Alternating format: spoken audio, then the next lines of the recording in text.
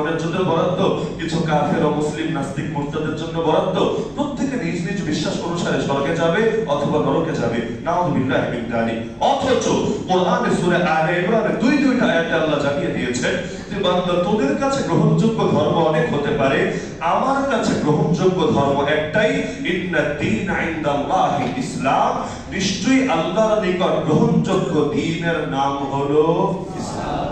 আল্লাহ তাআলা কাউকে বাধ্য করতে বলেন নাই, এটা তো সূরা বাকারার 256 নম্বর আয়াতে আছে, লা ইকরাহা ফিদ-দীন, ধর্ম গ্রহণের ব্যাপারে জোর জবরদস্তি নাই। কিন্তু এর মানে এটা না যে আল্লাহ তাআলা ইসলাম এবং কুফরকে একই চোখে দেখেন, একই মর্যাদায় দেখেন, বরং আল্লাহর নিকট গ্রহণযোগ্য হবে একটাই, সেটার নাম ইসলাম। আর কমন সেন্স থাকলেই তো বুঝে আসে।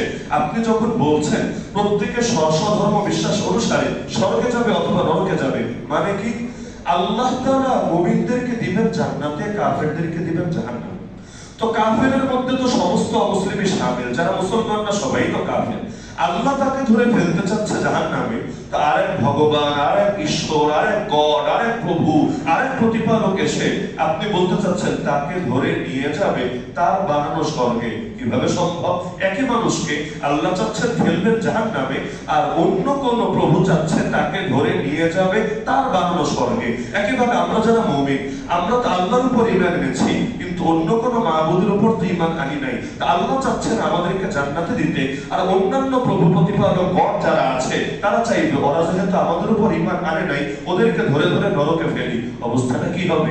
এক লোক নিয়ে যদি এরকম টানাটানি শুরু হয়, আরে দুনিয়াতে রাজনৈতিক দলের মাইন্ডপিট শুরু হলেই সাধারণ মানুষ অনেক সময় লুকানোর জায়গা খুঁজে পায় না। আর গড়ে গড়ে যদি মাইন্ডপিট শুরু হয় যে কেউ বলবে নিবে স্বর্গে, কেউ বলবে নিবে নরকে, পরিণতি কি হবে? এজন্য আল্লাহ কোরআনে নিজেই তুলে ধরেছেন এই যুক্তি, লাউ কানা ফীহিমা আলিহাতুন ইল্লাল্লাহ লাফাসাদাতা, আসমানে এবং জমিনে এক আল্লাহ ছাড়া দ্বিতীয় কোন প্রভু যদি থাকতো, না আসমান বাকি থাকতো না জমিন বাকি থাকতো, সব কিছু ধ্বংস হয়ে যেত। একজন চাইতেন বৃষ্টি হোক, আর একজন চাইতেন রোদ হোক, ব্যাস এখনই তো মাইন্ডপিট শুরু। প্রত্যেকে নিজের আধিপত্য প্রতিষ্ঠা করার জন্য লড়াই শুরু করে দিত, আর পরিণতি যা হওয়ার তাই হতো।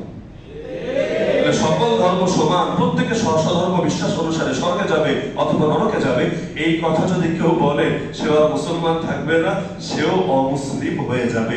দ্বিতীয় হলো অসাম্প্রদায়িকতা, অসাম্প্রদায়িক চেতনা, সাম্প্রদায়িক সম্প্রীতি, এই জাতীয় বিভিন্ন শব্দ এখন আবিষ্কার হয়েছে। এটাকে বহু অর্থে প্রয়োগ করা হয়। স্বাভাবিক একটা অর্থ হলো সাম্প্রদায়িক সম্প্রীতি বলতে আমরা বুঝি যে মুসলমান স্বাধীনভাবে তাদের ধর্ম পালন করুক, আর অন্যান্য ধর্মের লোকেরা স্বাধীনভাবে তাদের ধর্ম পালন করুক, আমিও তার ধর্ম পালনে বাধা দেব না, সেও আমার ধর্ম পালনে বাধা দেবে না। এটা যদি অর্থ হয় সমস্যার কিছু নাই। কিন্তু নাস্তিকরা এই বাক্যটাকে নিয়ে যায় অন্যদিকে, যে অসাম্প্রদায়িকতা মানে হলো তোমাদের সাম্প্রদায়িক কোনো পরিচয় থাকবে না, তোমাদের ভালোবাসা এবং ঘৃণা সেটা সম্প্রদায়ের ভিত্তিতে হবে না, তুমি সবাইকে ভালোবাসবা ব্যাপকভাবে মানুষ হিসাবে। এমনও তো আজকাল বলে সবার উপরে মানুষ সত্য, তাহার উপরে নাই। শোনেন নাই? এই জাতীয় অনেক বাক্য বলে না, যে কেউ বলে বিবেক হলো সর্বোচ্চ আদালত। এটারও আবার দুইটা অর্থ আছে।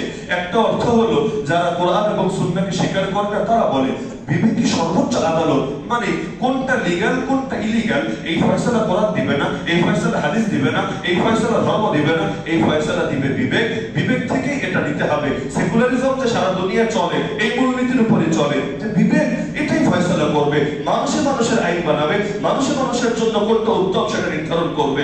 আরে মানুষের বিবেক তো এক না। আমি যেভাবে ভাবি আমেরিকার লোকটা সেভাবে ভাবে না, ভারতের মানুষটা হয়তো অন্যভাবে ভাবে। কোন দেশে ভাই বোনেও তো বিয়ে বৈধ, কোন দেশে পুরুষে নারীতে নারীতেও তো বিয়ে বৈধ, আর কোন দেশে তো মত একেবারে প্রকাশ্যে ওপেন বিক্রি হচ্ছে, এটাকে নিষিদ্ধ কোনো বিষয় মনে করছে না, তাদের কাছে এটা স্বাভাবিক মনে হয়েছে। আরে আমেরিকায় নারী পুরুষ দেখা হচ্ছে, একজন আরেকজনকে বুকে জড়িয়ে নিচ্ছে, আবার কপালে হাতে চুমু খাচ্ছে, এটাকে দোষণীয় কোনো বিষয় মনে করছে না। ওরাও মানুষ, আমরাও মানুষ। এখন যদি ওই মূলনীতিকেও বাংলাদেশে প্রয়োগ করে, জামাই বউ ঘুরতে গিয়েছেন আর একজন এসে আপনার বউরে সালাম দিয়ে কপালে হাতে চুমু খেতে শুরু করে দিয়েছে, মার্কিন সংস্কৃতি ফলো করে, ওর হাড্ডি বুড্ডি কি আস্ত থাকবে? তো থাকবে না। তো তাহলে কোন মানুষের বিবেককে আপনি মানদণ্ড হিসেবে গ্রহণ করবেন? আমেরিকার মানুষ না বাংলাদেশের মানুষ? আচ্ছা বাংলাদেশে সবাইকে একভাবে ভাবে, আরে প্রত্যেকে একে একভাবে ভাবে না। তাহলে মানুষ কিভাবে মানুষের জন্য কোনটা উত্তম কোনটা অনুত্তম নির্ধারণ করতে পারে? এই সেকুলারিজম ধর্মকে আলাদা করো রাষ্ট্র থেকে, এই যে মূলনীতি, এই মূলনীতিটা এসেছেই বিবেককে কোরআনের চাইতে সর্বোচ্চ মর্যাদা দিয়ে। আমরা বলবো কোরআনই হলো সর্বোচ্চ আদালত। যেটা কোরআন হারাম বলবে সেটা হারামই, আমার বিবেক যদি সেটাকে হালাল বলে আমার বিবেকের চিকিৎসা করাতে হবে। এটাকে আত্মশুদ্ধি বলে, এটাকে অন্তরের রোগের চিকিৎসা করা বলে। অসাম্প্রদায়িকতা আবার কি জিনিস? মুসলমান মানেই তাকে ইসলামের পক্ষে সাম্প্রদায়িক হতে হবে। আগে আমি বলেছি যে সাম্প্রদায়িকতার মানে এটা না যে অন্যকে তার ধর্ম পালনে বাধা দেবেন। যেমন জান্নাত আর জাহান্নাম দুইটা জায়গা। জান্নাত হলো সাম্প্রদায়িক জায়গা, মানে কি জান্নাতে তো নাস্তিকরা যাবে, তাই না? বেঈমানরা তো অবশ্যই যাবে, কাদিয়ানীরা তো যাবেই, অমুসলিমরা যাবে না? আপনারাই বলছেন যাবেন না। তার মানে জান্নাত একটা সম্প্রদায়ের জন্য বরাদ্দ। কোন সম্প্রদায়? মুসলিম সম্প্রদায়, মুমিন সম্প্রদায়, ইমানদার সম্প্রদায়। জাহান্নাম কিন্তু অসাম্প্রদায়িক জায়গা। কিভাবে? জাহান্নামে পাপী মুসলমানও যাবে, মুনাফিকও যাবে, কাদিয়ানি যদি তওবা না করে মরে সেও যাবে, কাফের, মুশরিক, নাস্তিক, বেঈমান, মুরতাদ তারাও যাবে। সকলে মিলে একসঙ্গে বসবাস করবে সুখ শান্তির সাথে।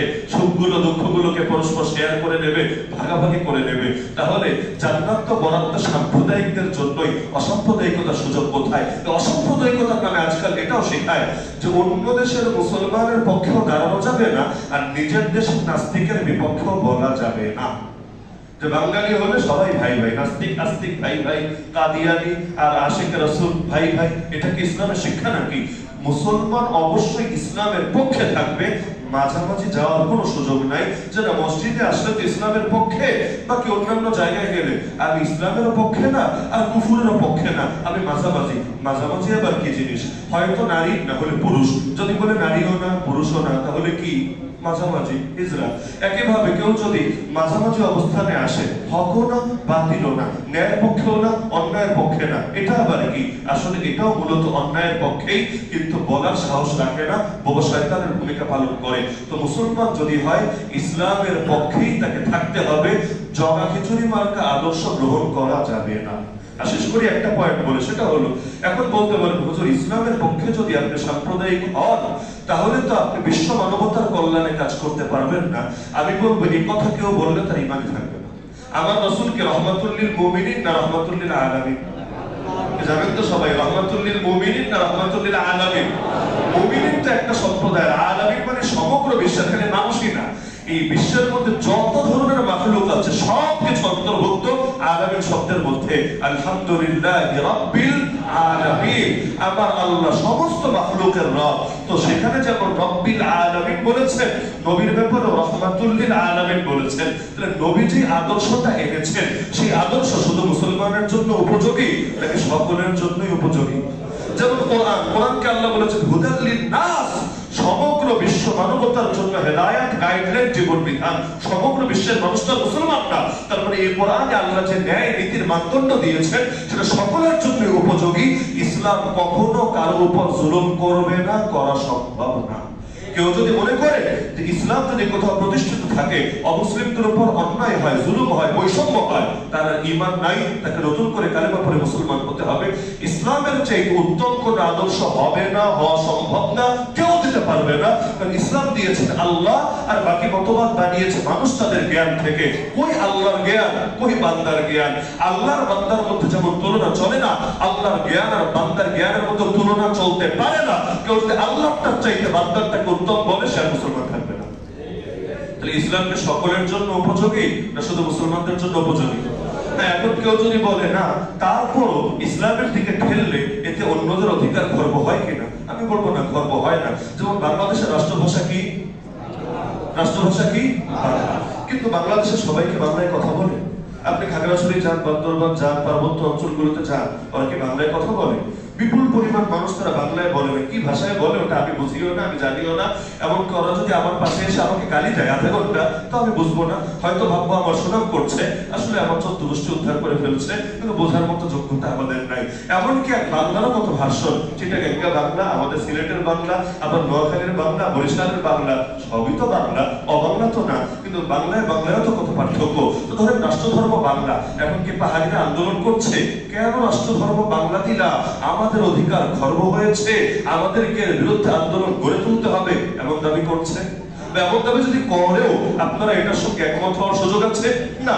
আপনি জানেন এই দেশের অধিকাংশ মানুষ বাংলায় বলে, যারা অবাঙালি বাংলায় বলে না, ওরা মোটামুটি থাকতে থাকতে পরিবেশের সঙ্গে বাংলা নিয়ে চলতে পারে, এতে ওদের মৌলিকভাবে সমস্যা হয় না। তো প্রত্যেকের হক তো একভাবে আদায় করা যায় না, তবে বাংলাটা যদি অধিকাংশ মানুষের হক রক্ষা হয় আর তাদেরটাকেও রাষ্ট্রভাষা বানালে পরে বিধিবিচ্ছিন্ন অবস্থা হবে।